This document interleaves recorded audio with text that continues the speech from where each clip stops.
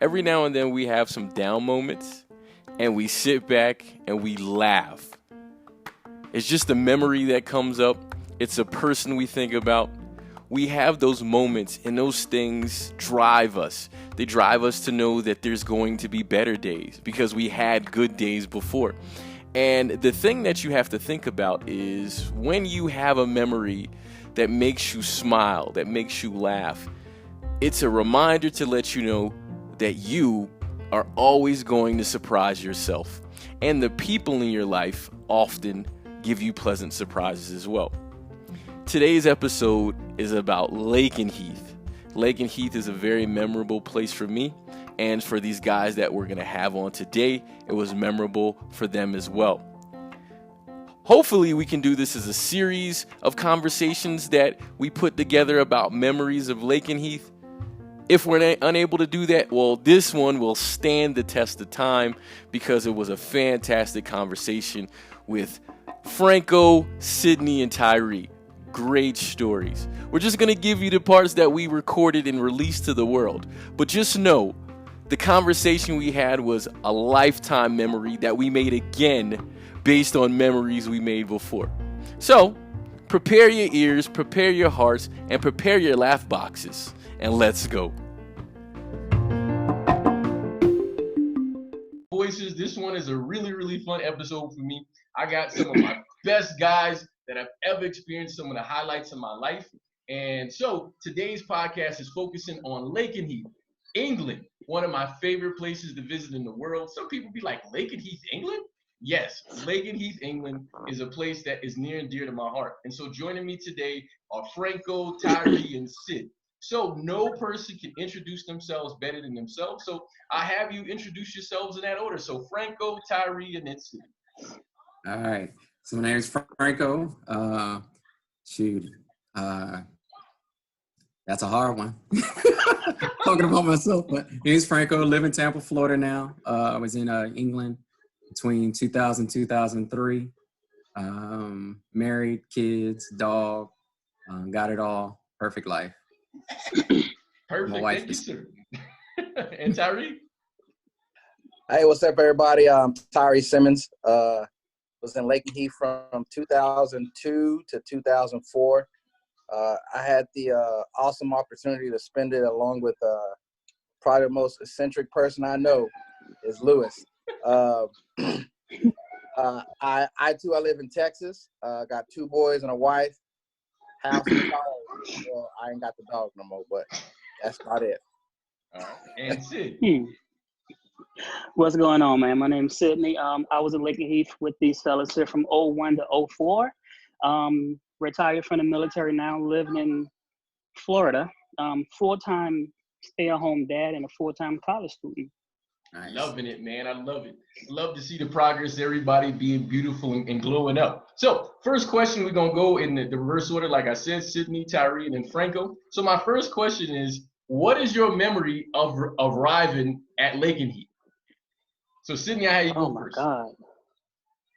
My memory.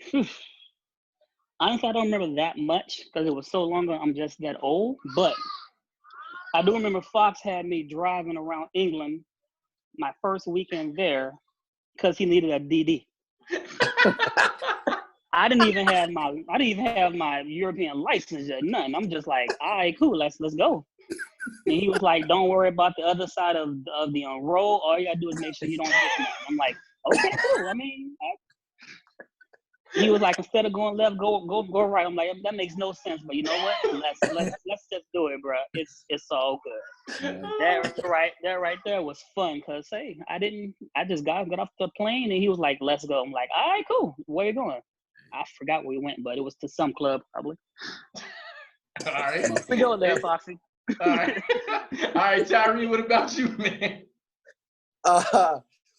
You know, one of my most memorable first moments in Lakenheath is when I met you. You had a silver Civic hatchback, and I was like, "Hey, where you get a car at, man?" You see, like, "Hey, I'm gonna hook you up with this dude." I was like, I ain't got enough money to pay for the car. He was like, don't worry about it. You ain't got to pay for the whole thing anyway. Golly. So I got the burgundy Camry, and I never I paid for remember that car. I just got the car and paid like 3 or 4 payments, and I was it. That was my first memory of being in Lakenheath with my boy Lou. All right, Franco, what about you, man? Oh man, it has to be when I arrived at the airport. I was trying to get a hold of my sponsor before, couldn't get a hold of him.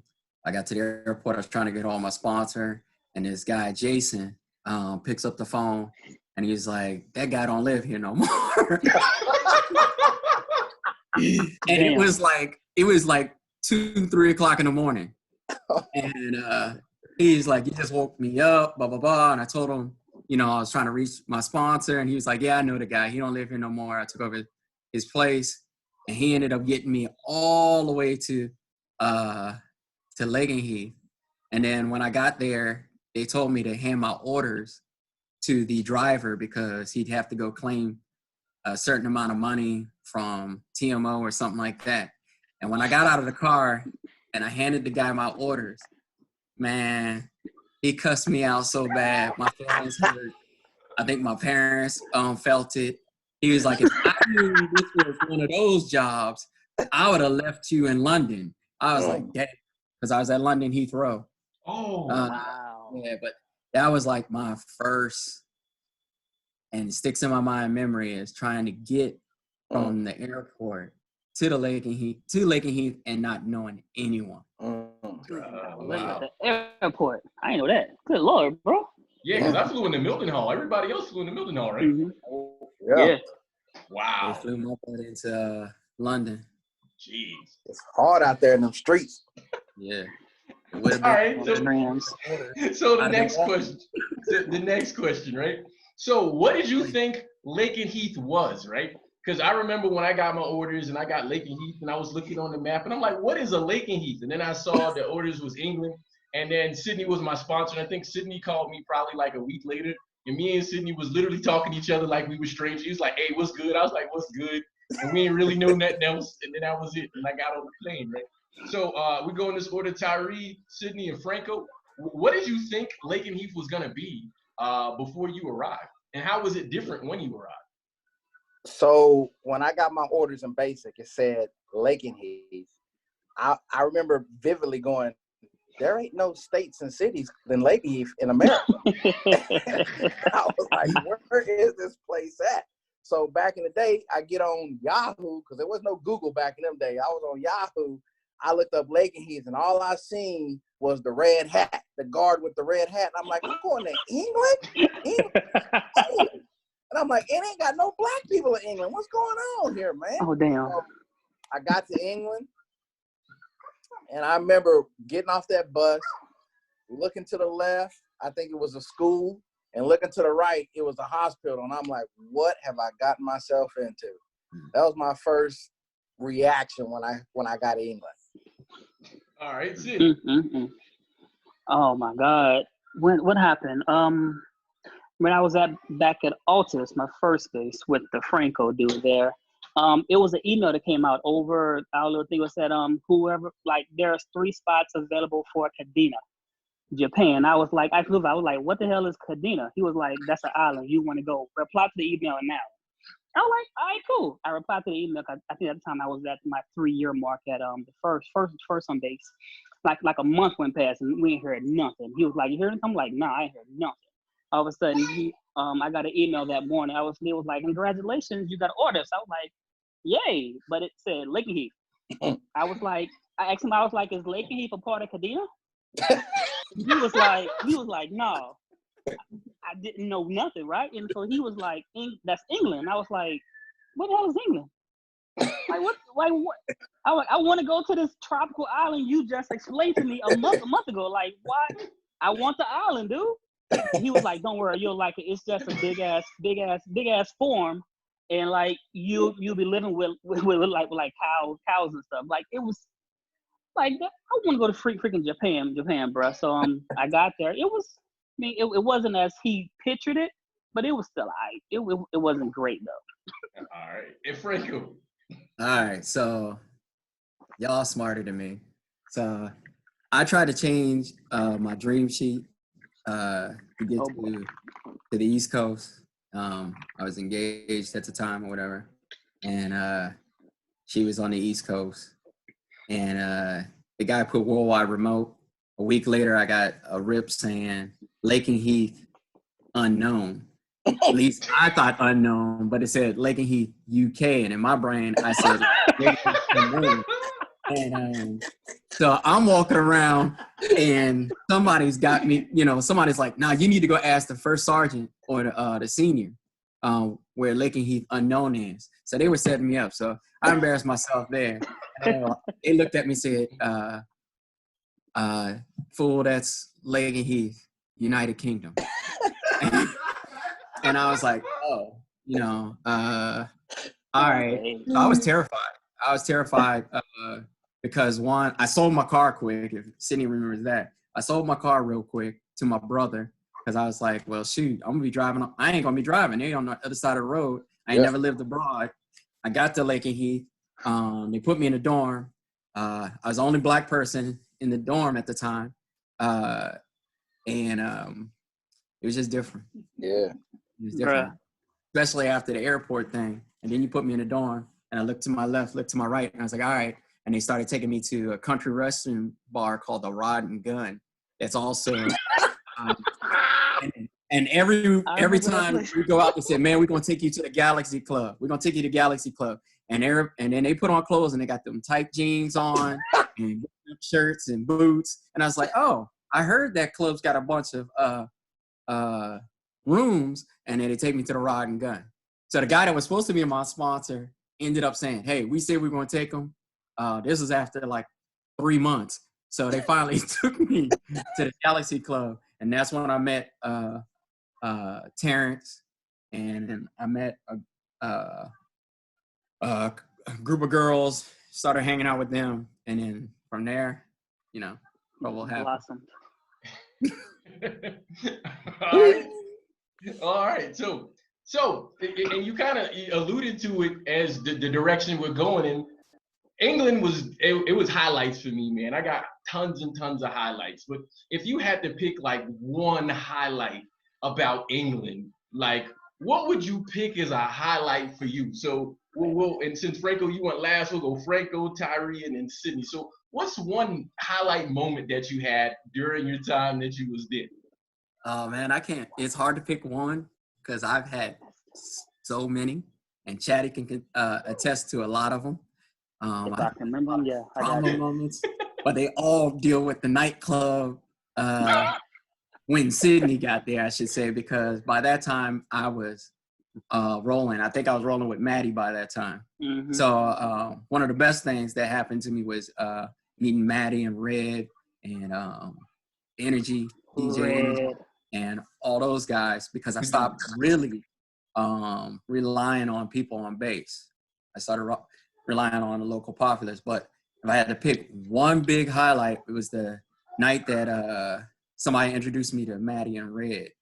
And because they saw me in the clubs, and I used to just go to the club just to have a good time. I wouldn't be hitting on the girls, nothing like that. Whatever happened at the end of the night happened. But in the club, I was there dancing and partying. And they were like, oh, this American guy's different. He ain't out here acting a fool, posted up on the wall. And that's how I connected. So that one night, Maddie and Red doing Michael Jackson spins in the club. I remember those. Yeah. All right, Tyree, what about you, man? Highlight. Well, I'm going to try to keep this as PG as possible. Oh, God. Yo, my highlight was on my birthday. I remember calling Lou up because I had got a call from a girl I've been trying to mess with for a while. She lived in Ipswich. And I got a call on my birthday. It's 11 o'clock at night. And she called me. She goes, hey, I got a couple of friends over. If you want a good birthday surprise, you'll come to Ipswich. I remember calling Lou. I'm like, Lou, you got to come with me. And Lou was like, it's 11 o'clock. I can't come. I said, dang. So I get in the car. It's snowing. It's I remember this name. Ice on the ground. And y'all know how far Ipswich is. I drove my little Rover over to this girl's house, had a crazy night, But unfortunately, on my way back at like 3, 4, 5 o'clock in the morning, my clutch breaks in my car. And I don't think Lewis didn't answer the phone because he was asleep, but I was hitchhiking on the M25 to get back home to base.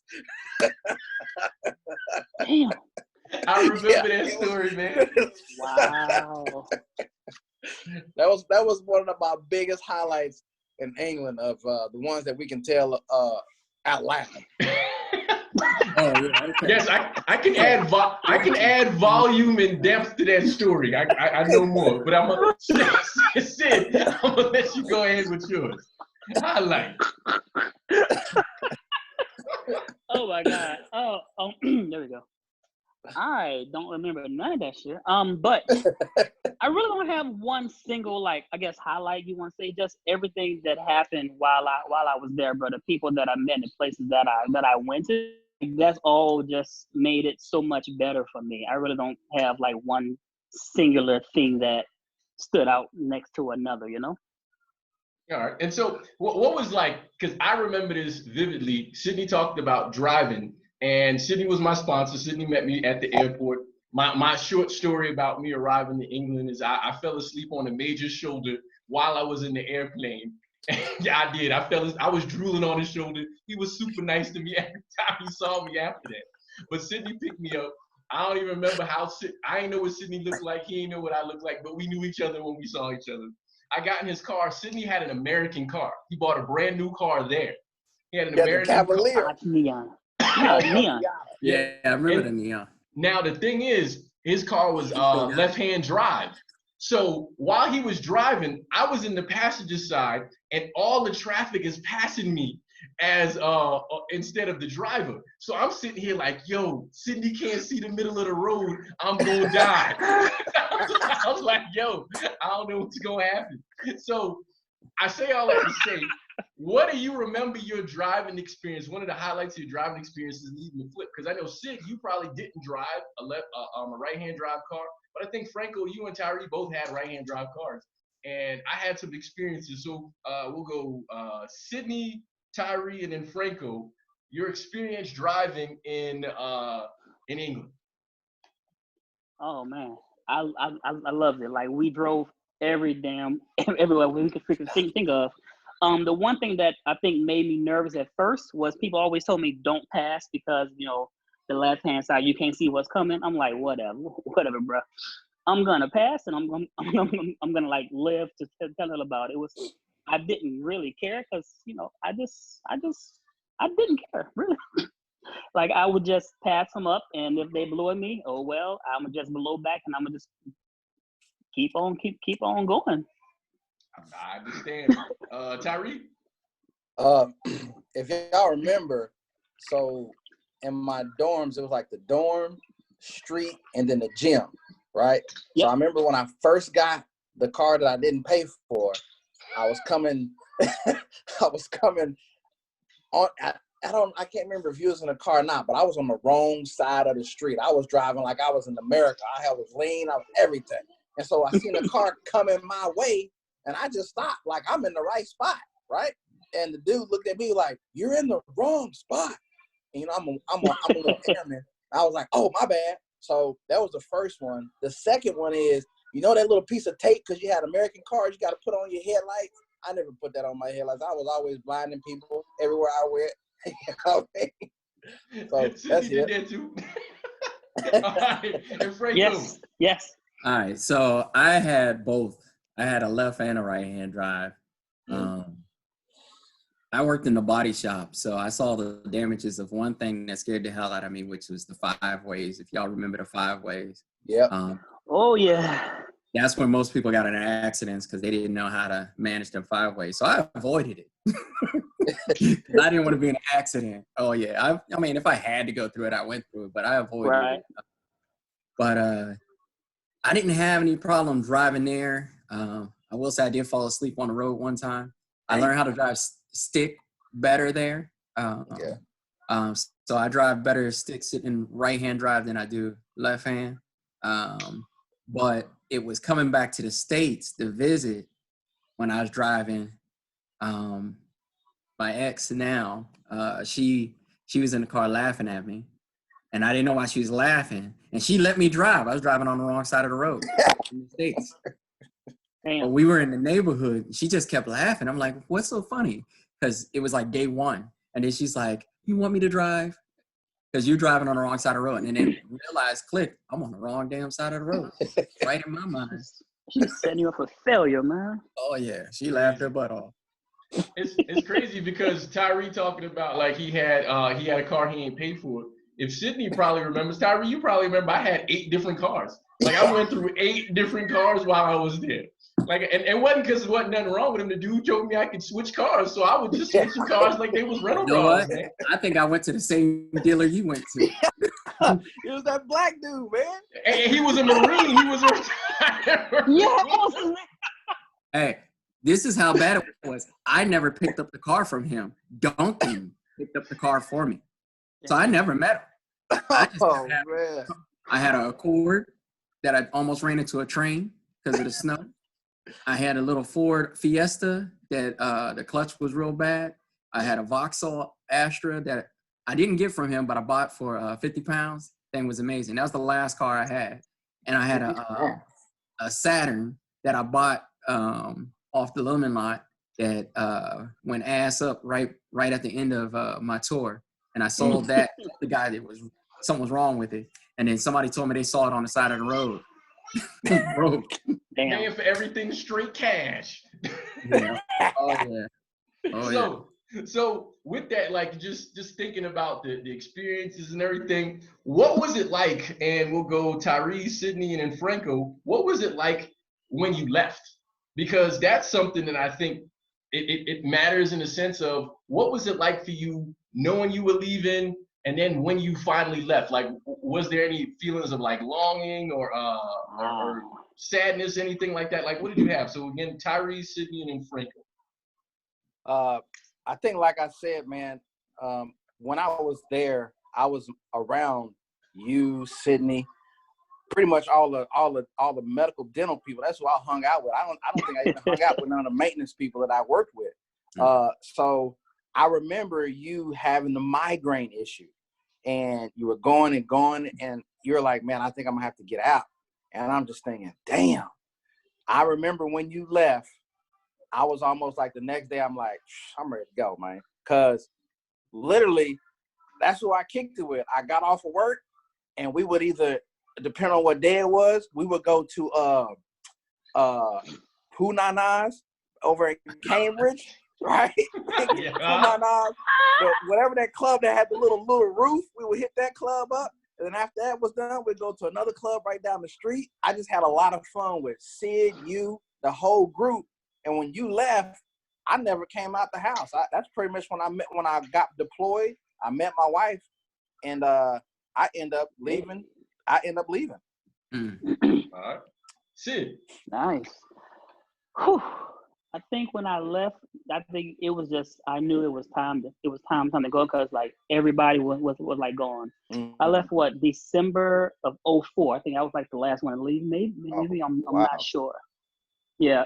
So like I was roommates with D at the time, and Reggie stayed like right next door to us over in Lakenheath Village. yeah. And so yeah, I was just ready. I was ready to go. Like everybody was gone. I just went to work. It was so damn boring. Like it was nothing else to do. I was a lot like you, Tyree. I was just like, okay, now what? Just like, let's just roll. And once I left, I kind of wanted to go back a little bit, only because I ended up liking the area, but it like you said, Michael was like it wasn't the same when he went back. I always hear that from everybody that keeps going back over there. They're like, yeah, it wasn't the same when we were first over there. So it was fun while it lasted. All right, and Franco. It was home. I was there for 3 years. I was there for 3 years. I wish my boy was on here, Luke. He was my roommate in Barry St. Edmunds. We both left the same time. Seriously, it was like within days. He had just been on a fire. If you remember that, Chatty, Luke was in that fire. I left somebody behind. We're not gonna get into who that is, But That's I left somebody behind, no kids, nothing like that. But it was time to go because it seems like somebody from my first year was stalking me until my last year, and I was like, I gotta go. I don't know what it is. Everywhere I go, I end up leaving with the stalk. It's your dancing, man. Your dancing just gets them like that, bro. Man, that John Travolta gets them every time. Yeah, so most of me wanted to stay, because I met Maddie, group of his friends. Luke was leaving. I was leaving. I knew Chatty was going to be leaving soon. Duncan was basically starting stuff, but he was doing his own thing. So yeah, it was. I mean, I guess it was time to go. But I did go back a couple times after that. Yeah. So, and it's a little different. I was older. I didn't know the block as well as I did before, but yeah, I've been back to visit. Right. Yeah, it was different when I went back to. Go ahead, Tyree. I think that the reason why the connection that we developed so far ago is the reason why you're having this podcast. We're still connected to England, therefore we're still connected to each other. Oh yeah. I remember it could be years before I talked to Lou. I remember one time I was getting ready. I was actually met my wife. We were dating. I did a stupid thing, just something stupid we're about to break up. And my stomach was hurting. I was scared. I was nervous. And I called Lou, like out the blue. And I'm like, dude, he was just there to listen to me. And till this day, I carry that relationships that I've had with Sid, Lewis. I had another friend named Donald Hart who was out there. I carry those relationships with me because it created what we have right now. It's just like this kinship of just good times. You know what I mean? Oh, absolutely, man. Well, hey, man, I remember when I visited Sidney in Vacaville, and we drove from Sacramento to Los Angeles, and I swear I saw a coyote on the whole trip. But I ain't gonna talk about that. So I'm gonna move past that. All right. So the podcast is called Voices for a reason, and Tyree, you kind of alluded to like the purpose of it. And so it's just for me, I want to highlight the relationships I have, the people that I know, and the positive that they're doing in the world, and that they've like sort of poured into me as well. So I leave the last word for all of the contributors. I mean, you can call them the guests, but I call them contributors. And so anything that's on your heart or on your mind, or even just the topic that we're talking about, I have you give 30 to 60 seconds to just like, to kind of close us out. And so I'll have us go in the order we started. So we'll go Franco, Tyree, and then Sidney. All right. So,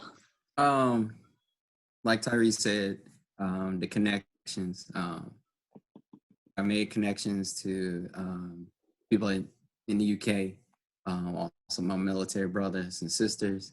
And it's funny because I've been to Japan, I've been to Germany, Oklahoma, New Mexico, all these areas. And I think I connect better with the individuals I was running around with in the UK. I still talk to Maddie every blue moon, and then of course Chatty, Maddie, and Franco, all of us have the same birthday, so it's a reminder on those days too.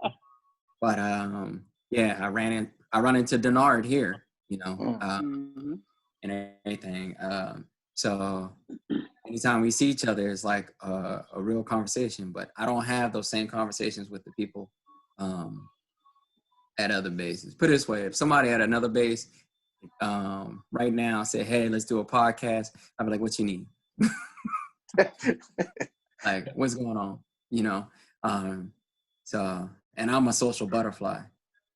Seriously, but the thing is, I'm closer to the ones I swear I met in the UK. I still talk to my old coworkers there. Cool, appreciate it. All right, Tyree. Yeah, I kind of just alluded to it a while ago. I'm very, very thankful. I met you specifically. You got me out of my bubble. You introduced me to Kanye West because I was from Texas. I was listening to Chop and Screw. So, introduced me to Kanye West and Jay-Z. I remember you telling me about these cats. I remember I think Sid's Neon was purple, I think. It was it purple? Mm-hmm. It was purple yes, neon. I remember the purple neon, man. I just remember everything. I keep these memories with me because, you know, true lasting bonds and friendships, they're hard to come by. And I appreciate everything that you, Lou, that you're trying to, you're implementing. You're always moving around. You're creative. You're writing books, podcasts. All that stuff is good. Sid, I would never thought Sid be a father chilling right now. Sid be tripping me out. I knew he was the butterfly, man. He was the butterfly. Yeah. He was just like the dude. Everybody was always happiness around Sid. And for Fox, I just remember I could swear he had like a soccer stadium right outside his door. I swear to God. It was close. It was. In Bury, right? Yeah, Bury Center. And you look out the back window, there was a soccer field. Yep. So, yeah. Or, as they say, football field. Football. Football field. I enjoyed everything, even the ex stalker. You know, when we were together and she wouldn't drink, but when she drank, there's issues. But we can do 10 hours on me in England. Ain't that right, Sid? All right, Sid, and shut us down. I think I'll probably just bring the same thoughts that everybody else is on bringing, man. Like the people that we met over there have been like long-lasting friends. I think I've known Fox the longest, since '99, I think. Dang. Yeah, so yeah, we met at our very first base in Altus, and we just went to about 3 bases together. I was at Spangdahlem, he was at Ramstein, but we still were able to see each other on like a pretty consistent basis. And said, Lou, I haven't lost contact with you since we first met, dude. It's crazy. And I'm not as in contact with Tyree, but I follow him on Facebook all the time, and I comment on a lot of things. I love it when I'm your wifey and your kid have their little arguments going back and forth. I told him that, bro. Look, like, is this what I have in like my future? I'm gonna strangle that little boy. I couldn't do it, but like honestly, man, like the people that we met, it's been just great, you know, and I can always pick up the phone. I can call anybody at any time, just to talk, just to BS. You know, it doesn't really matter. I don't really need anything. I just pick the phone and talk to anybody at any given point. Even Reggie, even Denard, they're not here right now, but I'm pretty sure hopefully next time we can definitely get them on here, and of course Tasker, that crazy dude. But yeah, so most definitely, man, I'm about to sound like about the same as everybody else. Like, just the memories were always great, man.